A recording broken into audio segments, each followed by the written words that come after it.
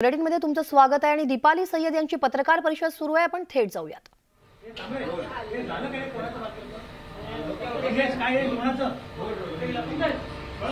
पंकज झालं का? झालं की सांगा। दीपाली, आज तुम्ही एक ट्विट केलं सकाळी, त्याच्यात अनेक राजकीय तर्कवितर्क लावले जात आहेत। गुरुपौर्णिमेच्या दिवशी आपण मुख्यमंत्र्यांची भेटही घेतली होती आणि आज हे ट्विट काय सांगा?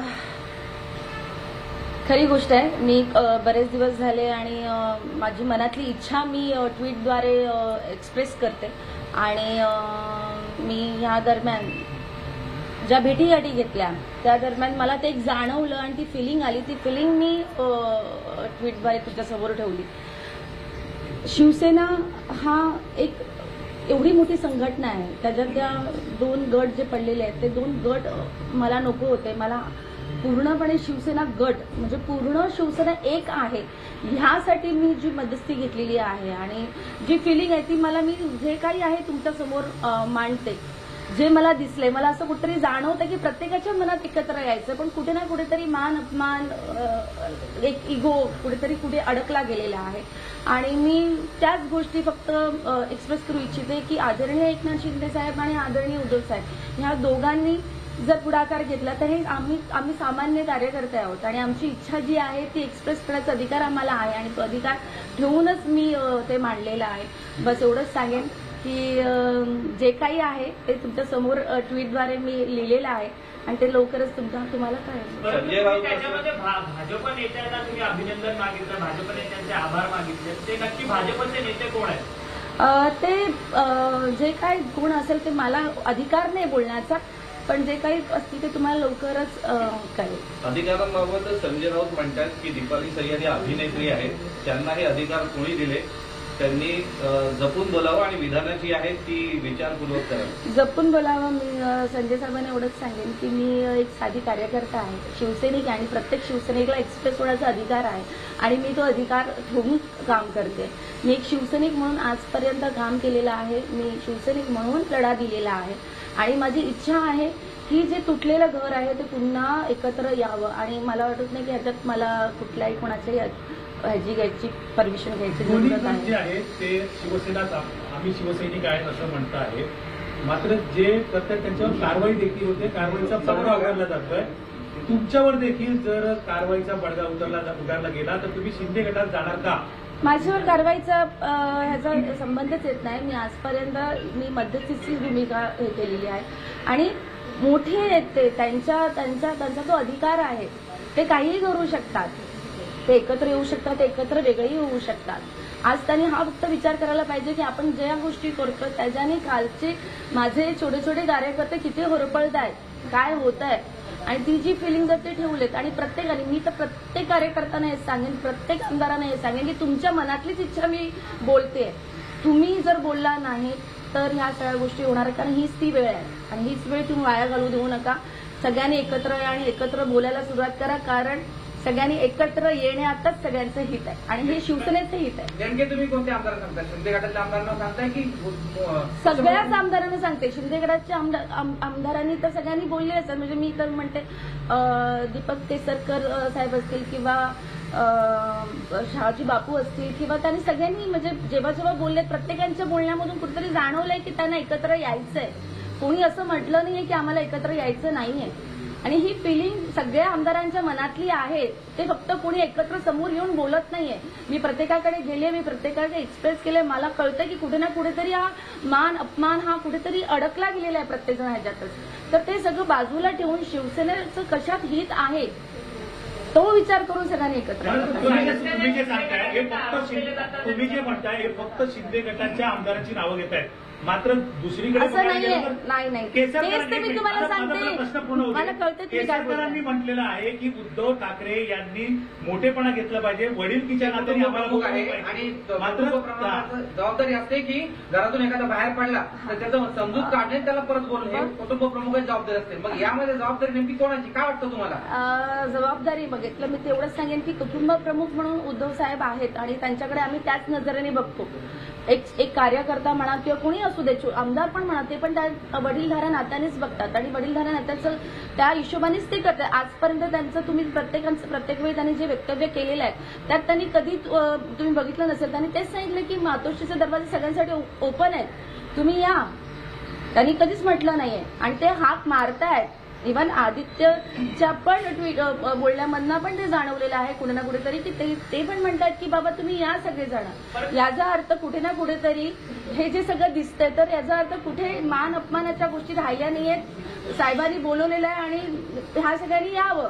ह्या जर ज्या गोष्टी झाल्या तर सगळे एकत्र येतील. फक्त एवढंच आहे की इकडनं कोणी बोलत नाहीयेत, एक्सप्रेस होत नाहीयेत की बाबा नाही आम्हाला यायचंय किंवा आम्हाला कुठेतरी कुठली तरी गोष्ट अडते आणि ती अडते ती तोडण्याचा प्रयत्न माझा चालू आहे आणि मला असं वाटतं की त्यात मला लवकर यश तुम्ही म्हणताय की 2 दिवसात 2 नेते भेटणार आहेत, 2 दिवसात 2 नेते भेटणार आहेत, पण त्याचं काही ऑफिशियल कन्फर्मेशन आलंय?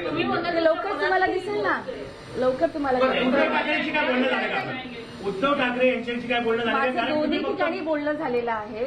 मी त्यामुळे जे काही मला बोलण्यामधून जाणवलं गेलं आहे तेच मी ट्विटद्वारे लिहिलेलं आहे. तुम्हाला थोडा एक वेगळा प्रश्न विचारतो.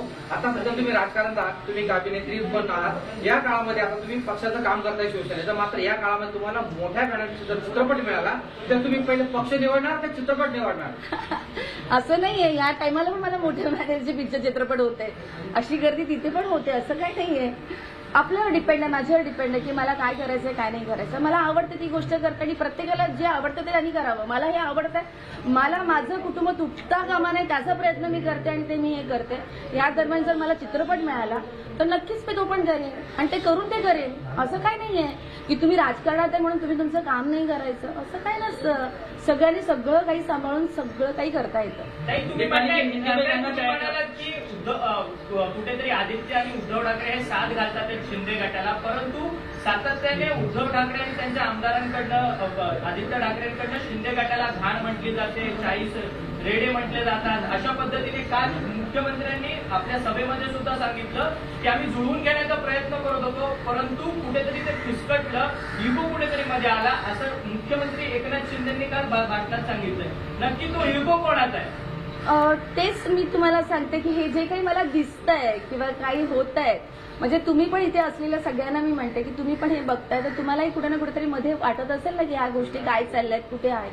हे सगळं जे चित्रित समोर आलेलं आहे ते इथेच दिसतंय की कुठे ना कुठेतरी मान अपमान, ह्याला ते बोलणं, ह्याला टोचून बोलणं, त्याला हे करणं, ह्यातच सगळं अडकलंय.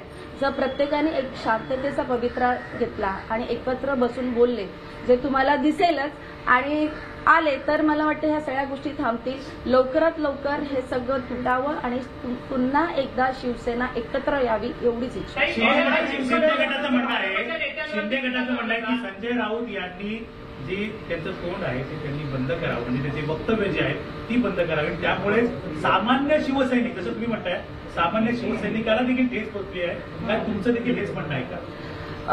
संजय साहेबांचं मी एवढंच सांगेन की ते त्यांचं काम करत आले. आता इतके दिवस ते जेव्हा काम करत होते तेव्हा ते एवढे हे झाले होते की त्यांनी बीजेपीना पण जेव्हा ते बोलायचं ते त्याच पद्धतीने त्यांचा एक ढाचा आहे. ते बिंदास बोलतात, ते काहीही बोलतात, त्यांना जे वाटेल ते बोलतात. त्याच्यामागे एकच त्यांचं असतं की त्यांना शिवसेनेला सपोर्ट करायचा असतो. आता भूमिका वेगळी झालेली असल्यामुळे आता काय झालंय की शिवसेनेचेच घरातले लोक फूट पाडले. तर या फूट पाडल्यामुळे कुठे ना कुठेतरी मलाही असं वाटतं की संजय साहेबांनी थोडंसं शांततेचा पवित्रा घ्यावा आणि त्यांनीच पुढाकार घ्यावा आणि त्यांनीच या सगळ्या गोष्टी एकत्र आणाव्या. गेल्या काही दिवसांपासून तुम्ही भाजपच्या विरोधात सातत्याने टीका करतात, ट्विट करतात, परंतु गेल्या 2 दिवसांपूर्वी तुम्ही जी ट्विट लिहिली आहे त्याच्यामध्ये तुम्ही आता भाजप नेत्यांचे आभार मानतात. आता आभार मानण्याची वेळ का तुमच्यावरती आली? कारण मी एक शिवसैनिक आहे. मी कोणी मी जे काही जो माझा काम होतं ते मी एक शिवसैनिक म्हणून मी माझं प्रेझेंट केलं होतं आणि मला कोणालाही कुठल्याही भाषेचं वक्तव्य करून दुखवायला आवडत नाही. त्यावेळी ती काळाची गरज होती.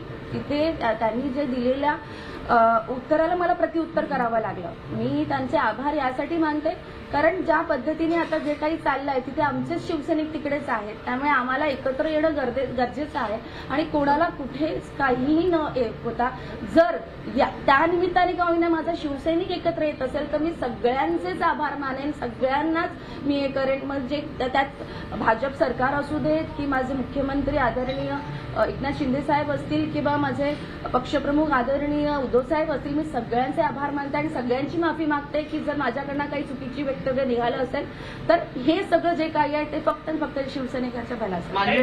दिगंबर नाईक जे सिने अभिनेते आहेत, गाणं घालणारे, ते शिंदे गटाच्या समर्थनार्थ गेलेले आहेत, काल मंचावरती सुद्धा उपस्थित होते. येत्या काळात आपण पण शिंदे गटाच्या मंचावरती दिसणार का? कसं आहे की दिगंबर हा म्हणजे आधीपासून शिंदे साहेबांच्या ग्रुपमध्ये होताच तो सुरुवातीपासून, त्यामुळे त्यांनी तिकडून तिकडे गेला आणि तिथून त्यांनी ते वक्तव्य केलं. आणि मी सुरुवातीपासूनच जेव्हा मी काम करते तेव्हा मी माझ्या ट्विटद्वारे म्हटलं होतं मी की मला शिंदे साहेबांनी आणलंय सेनेमध्ये, मी त्यांच्यामुळे आज एक ह्या पक्षामध्ये काम करते. आणि त्याचप्रमाणे माझे पक्षप्रमुख उद्धवसाहेब ठाकरे, ही माझी भूमिका आहे की मला काय करायचं, पण माझी भूमिका ठाम आहे की माझी इच्छा आहे की माझं हे शिवसेना कुटुंब कुठे तुटू नये. मला असं म्हणायचं, असा एक प्रश्न आहे की ज्या पद्धतीने तुम्ही आता बोलला की तुम्ही विनंती केली संजय राऊत साहेबांना, सर्वात महत्वाची गोष्ट म्हणजे जे आता जे आमदार 50च्या वर 40च्या वरचे आमदार शिंदे गटात गेले त्यांचा देखील हाच आरोप आहे. कोणीतरी ज्या पद्धतीने जरी निर्माण करण्याचं काम करते त्याचा आरोप सगळा संजय राऊतांकडे.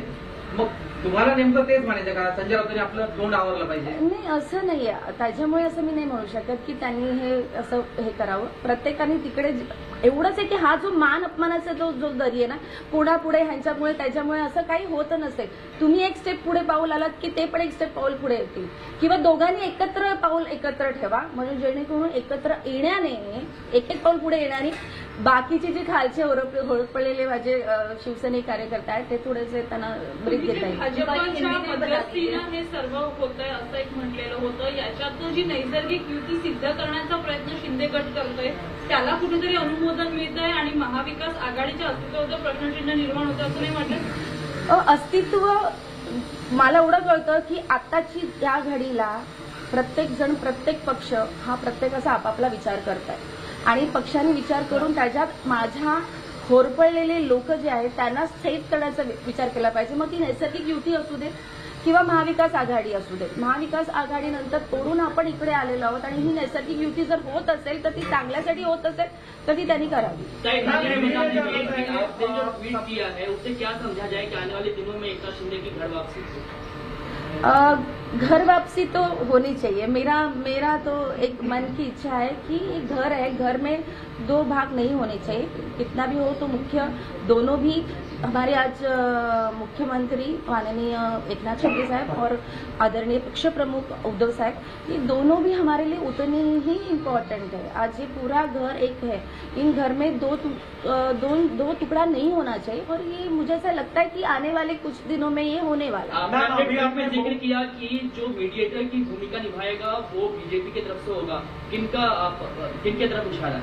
वो बहुत जल्द आपको पता चलेगा. मुझे वो कॉन्फिडेंट है, आपने टाइमलाइन भी डाला है 2 दिन का कि 2 दिन में ये मिलेंगे. जो हालात है करंटली दोनों गुटों के बीच में ऐसा लग नहीं रहा है कि ये पॉसिबल होगा. तो किस ये विश्वास कहाँ से आ रहा है आपके अंदर? जो मैंने जिस तरह से मैं जहाँ पे मैं सब जगह गई हूँ, जैसे जैसे मैं मिली हूँ, तो दोनों के सब बात में मुझे ऐसा महसूस हुआ है कि कहीं ना कहीं पे हर एक के अंदर मतलब कहीं ना कहीं पे ईगो हट हो रहा है दोनों गुट में. वो ईगो अगर टूट जाएगा तो ये सारी चीजें हो जाने वाली है.